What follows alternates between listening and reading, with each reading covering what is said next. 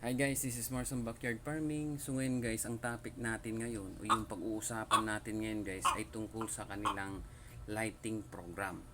Okay guys, so ang lighting program guys ay napakahalaga sa isang paitloging manok. Yan guys, kasi isa yan sa dapat nating pagtuunan ng pansin. Okay. So, bali itong lighting program na ginagawa ko guys ay kinopya ko rin lang sa mga expert na sa pagmamanukan. Yan guys.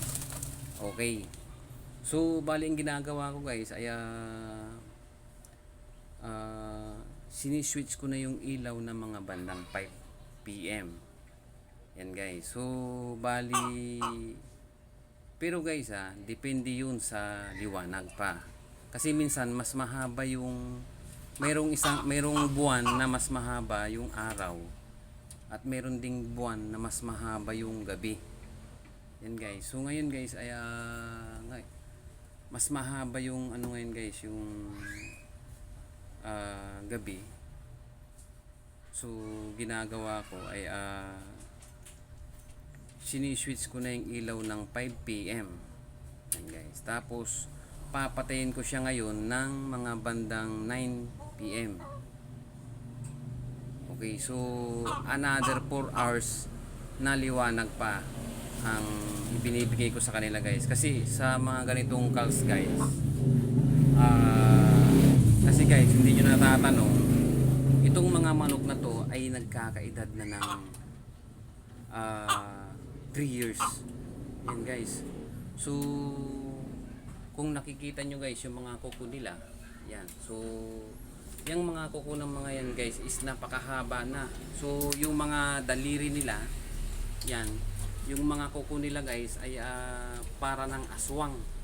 So mahaba na, mga 2 inches siguro yung mga haba ng mga kuko ng mga ito guys. Okay, so yung ibang mga daliri may dalawang kuko. Yan, so ang sabi kasi sa akin ng may-ari ng pinagbilhan ko nito guys ay nasa 3 years na yung manok, pero okay pa naman guys, nangingitlog pa. Okay, so ngayon dito tayo sa lighting program. Pagpatay ko ng alas 9 guys ay si-switch ko na naman yung ilaw ng mga bandang 5 AM. Yan guys. Okay, tapos yun, diretso pakain na rin ako doon guys sa 5 PM para makapag itlog sila ng maaga. Yan guys. Okay, so bali sa susunod nating topic guys ay yung pag-usapan naman natin yung feeding program nila. Okay, so hanggang dito na lang aking video guys. This is Marson Backyard Farming, ang inyong ka-farm in the city. So let's go!